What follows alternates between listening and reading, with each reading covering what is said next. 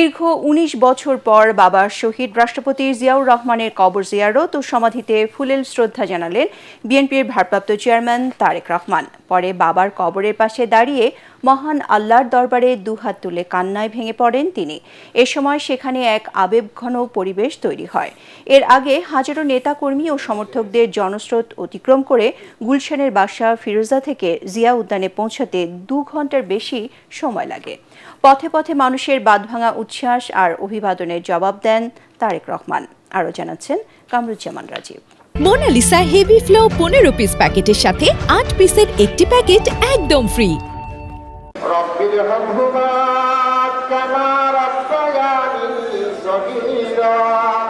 বাবার কবরের পাশে দাঁড়িয়ে ছেলে, ঘটনাটি স্বাভাবিক হলেও দীর্ঘ ১.৫ যুগের বেশি সময় পর এখানে আসার অনুভূতিটা অনেকটাই ভিন্ন।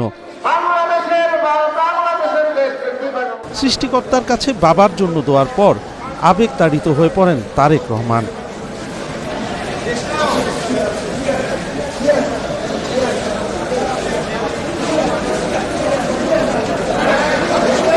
দীর্ঘ ১৯ বছর পর বাবার কবর জিয়ারতের মুহূর্তে সেখানে আবেগঘন পরিবেশের সৃষ্টি হয়। দলের সিনিয়র নেতাদের নিয়ে শ্রদ্ধা জানানোর পর একা দাঁড়িয়ে মোনাজাত করেন তিনি। এ সময় দলের মহাসচিব মির্জা ফখরুল ইসলাম আলমগীর বলেন, তারেক রহমানের হাত ধরে দেশ গণতান্ত্রিক অভিযাত্রায় এগিয়ে যাবে, তার রাজসিক প্রত্যাবর্তন সেই বার্তাই বহন করে। বাংলাদেশের রাজনৈতিক ইতিহাসে এই ধরনের রাজকীয় প্রত্যাবর্তন, জনগণের স্বতঃস্ফূর্ত সম্বর্ধনা খুব কম নেতার পক্ষে পাওয়া সম্ভব হয়েছে। আজকে তাদের মধ্যে একটা নতুন আশা সঞ্চারিত হয়েছে। জনগণের উন্নয়নের জন্য, বাংলাদেশকে একটা সুদৃঢ় অবস্থায় নেওয়ার জন্য, একটি সুখী সমৃদ্ধ বাংলাদেশ নির্মাণ করার জন্য তিনি একটা পরিকল্পনা নিয়ে এসেছেন এবং সেই পরিকল্পনা তিনি ইনশাআল্লাহ জনগণের স্বতঃস্ফূর্ত সমর্থন নিয়ে তিনি বাস্তবায়িত করবেন। জনগণ আশা করছে যে ওনার মাধ্যমে বাংলাদেশে গণতন্ত্র পুনঃপ্রতিষ্ঠিত হবে। যেই সংকট, যে ষড়যন্ত্র, তারেক রহমানের প্রত্যাবর্তনে সমস্ত কিছু কেটে যাবে, ধোঁয়াশা কেটে যাবে।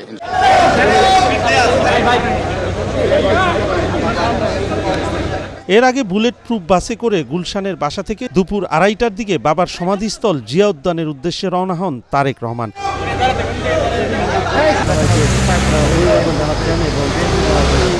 পথে নেতাকর্মী আর উৎসুক জনতার ঢল অতিক্রম করে ৪:৪০ সেখানে পৌঁছান তিনি।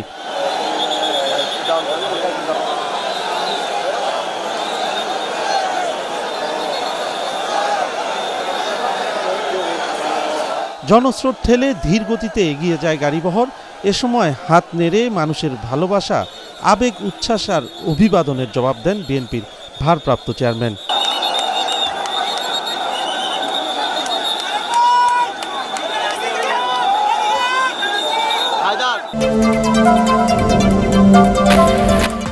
রাজনৈতিক দলগুলোর কাছে রাষ্ট্র সংস্কার বাস্তবায়নের প্রতিশ্রুতি চেয়েছেন জামায়াতের আমির ডাক্তার শফিকুর রহমান। যে কোনো পরিস্থিতি মোকাবেলায় ছাত্র শিবিরকে প্রস্তুত থাকার আহ্বান জানান তিনি। বাংলাদেশ চীন মৈত্রী সম্মেলন কেন্দ্রে শিবিরের কেন্দ্রীয় সদস্য সম্মেলনের উদ্বোধনী অনুষ্ঠানে তিনি এসব কথা বলেন। এ সময় সংগঠনটির বিদায়ী সভাপতি জাহিদুল ইসলাম হুঁশিয়ারি দেন, কোনো দল জুলাই শহীদদের রক্তের সাথে বেইমানি করলে শেখ হাসিনার চেয়ে ভয়াবহ পরিণতি হবে। এদিকে আগামী ১ বছরের জন্য শিবিরের সভাপতি নির্বাচিত হলেন নুরুল ইসলাম সাদ্দাম আর সাধারণ সম্পাদক সিবগাতুল্লাহ। মিজান শাহজাহানের রিপোর্ট।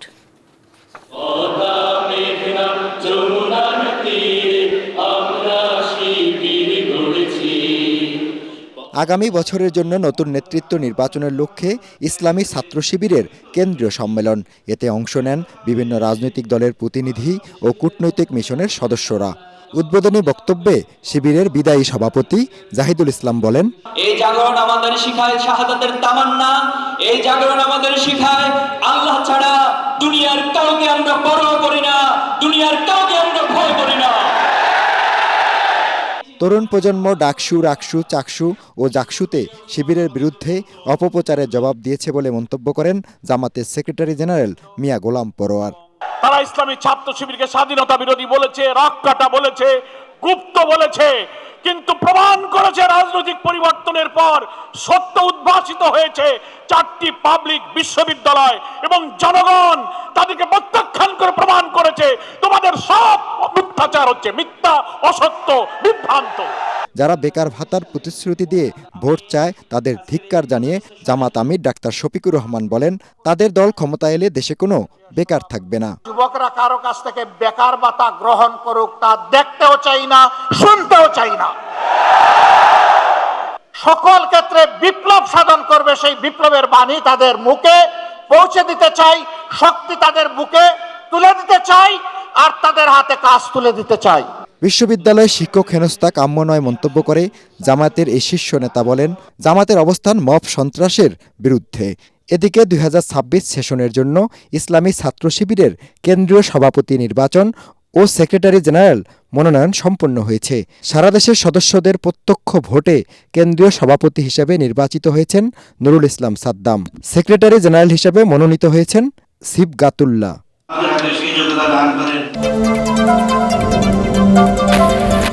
30 দিনের মধ্যে ইনকিলাব মঞ্চের মুখপাত্র শহীদ শরীফ ওসমান হাদী হত্যার বিচার দাবি করেছেন সংগঠনের নেতাকর্মীরা।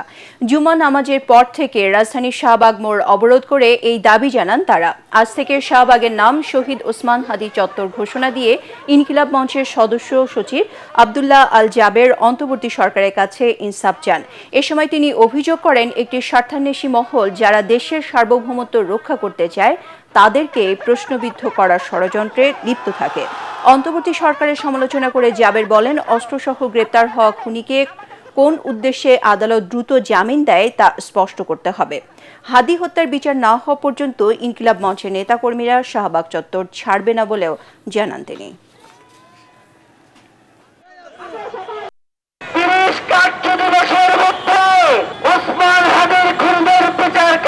সম্পন্ন করতে হবে, এটার ঘোষণা দিয়েছে আমরা 3 দিন আগে। তার মানে আপনাদের কাছে সময় আছে আর 27 দিন। এই 27 দিনের মধ্যে ওসমান হাদীকে যারা খুন করেছে তাদের গ্রেপ্তার না, বিচার কার্য সম্পন্ন করতে হবে। ঘন কুয়াশায় চাঁদপুরের মেঘনা নদীতে যাত্রীবাহী 2টি লঞ্চের সংঘর্ষে মারা গেছে 4 জন, আহত হয়েছে কমপক্ষে 30 জন। এ ঘটনায় 5 লঞ্চ কর্মীকে আটক করেছে পুলিশ। চাঁদপুর প্রতিনিধি বিল্লাল ঢালি ও ঝালকাঠির প্রতিনিধি নাসির উদ্দিনের পাঠানো তথ্য ছবিতে আরও জানাচ্ছেন আশিকুর রহমান। বৃহস্পতিবার দিবাগত গভীর রাতে হাইমচর উপজেলা ও হরিণা এলাকার মাঝামাঝি স্থানে 2 লঞ্চের মাঝে সংঘর্ষ হয়। প্রত্যক্ষদর্শীরা জানান, ভোলার ঘোষেরহাট থেকে ছেড়ে আসা ঢাকা অভিমুখে এমবি জাকির সম্রাট 3 লঞ্চটি ভোররাত 3টার দিকে হাইমচর এলাকা অতিক্রম করছিল। এ সময় ঘন কুয়াশা থাকায় ঢাকা থেকে বরিশালগামী এমভি অ্যাডভেঞ্চার 9 লঞ্চের সঙ্গে ওই লঞ্চের সংঘর্ষ হয়। এতে ঘটনাস্থলে 3 জন মারা যান। স্থানীয়রা আহত যাত্রীদের উদ্ধার করে নিকটবর্তী হাসপাতালে পাঠালে পথে আরও একজনের মৃত্যু হয়। এদিকে সংঘর্ষের তীব্রতায় আহত হয়েছেন কমপক্ষে 30 জন। এর মধ্যে অনেক যাত্রী নদীতে পড়ে এখনও নিখোঁজ রয়েছেন। এত কুয়াশার কারণে মনে করেন লঞ্চ আরেকটা দেখতে পারে না। কুয়াশার ভিতরে ওই যে লঞ্চটা দুলিয়া থেকে আসছে, ওই লঞ্চটারে সেলাই মারি দিয়েছে। পুলিশ জানায়, নৌ পুলিশ ও প্রশাসনের সংশ্লিষ্ট কর্মকর্তারা ঘটনাস্থলে পৌঁছে উদ্ধার ও তদন্ত কার্যক্রম শুরু করেছে। তাৎক্ষণিকভাবে তাদের পরিচয় জানা যায়নি। এ ঘটনায় লঞ্চের 5 স্টাফকে আটক করা হয়েছে। সারা দেশে জেঁকে বসেছে শীত। 7 জেলার উপর দিয়ে বয়ে যাচ্ছে মৃদু শৈত্যপ্রবাহ। আজ যশোরে সর্বনিম্ন তাপমাত্রা রেকর্ড করা হয়েছে 9 ডিগ্রি সেলসিয়াস। শীতের তীব্রতা বাড়ায় দুর্ভোগে পড়েছেন নিম্ন আয়ের মানুষেরা। তীব্র শীত ও কুয়াশা আরও কয়েকদিন থাকতে পারে বলে জানিয়েছে আবহাওয়া অফিস। বিস্তারিত জানাচ্ছেন একরামুল হক সায়েম। পৌষের শুরুতে দেশজুড়ে বেড়েছে শীতের দাপট। ভর দুপুরেও ঘন কুয়াশায় ঢাকা। সারা দেশে রাত ও দিনের তাপমাত্রার পার্থক্য খুব সামান্য। 7 জেলার উপর দিয়ে মৃদু শৈত্যপ্রবাহ বইছে বলে জানিয়েছে আবহাওয়া অধিদপ্তর। যশোর, চুয়াডাঙ্গা, গোপালগঞ্জ, রাজশাহী, পাবনা, সিরাজগঞ্জ এবং নীলফামারী জেলার উপর দিয়ে বয়ে যাওয়া শৈত্যপ্রবাহ অব্যাহত থাকতে পারে বলে জানিয়েছে আবহাওয়া অফিস। ঢাকা, ময়মনসিংহ, সিলেট এবং চট্টগ্রাম বিভাগের জেলাগুলোও ঘন কুয়াশায় ঢেকে আছে। দেখা মিলছে না সূর্যের। রাজধানীতেও একই চিত্র। ঘন কুয়াশার কারণে বিমান চলাচল, অভ্যন্তরীণ নৌ পরিবহন ও মহাসড়কে যান চলাচল ব্যাহত হচ্ছে। 9.5 ঘন্টা বন্ধ ছিল পাটুরিয়া, দৌলতদিয়া ও আরিচা কাজিরহাট রুটে ফেরি চলাচল। আবহাওয়া অফিস বলছে, শীতের তীব্রতা ও ঘন কুয়াশা আরও কয়েকদিন অব্যাহত থাকতে পারে। অস্থায়ীভাবে আংশিক মেঘলা আকাশ সহ সারা দেশের আবহাওয়া শুষ্ক থাকতে পারে। মধ্যরাত থেকে সকাল পর্যন্ত কোথাও কোথাও মাঝারি থেকে ঘন কুয়াশা পড়তে পারে এবং কোথাও কোথাও তা দুপুর পর্যন্ত অব্যাহত থাকতে পারে। দেশের বেশ অনেক জায়গায় 10 এবং 10-এর নিচে তাপমাত্রা নেমেছে, এই জন্য আমরা মৃদু শৈত্যপ্রবাহের কথা বলেছি। আগামী কয়েকদিনে এই ধরনের যে শীতের যে অবস্থাটা বা বিশেষ করে কুয়াশাটা আগামী কয়েকদিন থাকার কারণে শীতের অনুভূতিটা থাকবে। তবে এটার অনুভূতি কিছুটা ফ্লাকচুয়েট হতে পারে, একটু কম বেশি হতে পারে। তো এরকম প্রায় 30-31 তারিখ পর্যন্ত থাকার সম্ভাবনা রয়েছে। শীতে সবচেয়ে বেশি দুর্ভোগ পোহাতে হচ্ছে খেটে খাওয়া মানুষ, দিনমজুর, ভ্যান চালক ও খোলা আকাশের নিচে থাকা ভাসমান মানুষদের। দেশের সর্বনিম্ন তাপমাত্রা রেকর্ড করা হয় যশোরে 9 ডিগ্রি সেলসিয়াস।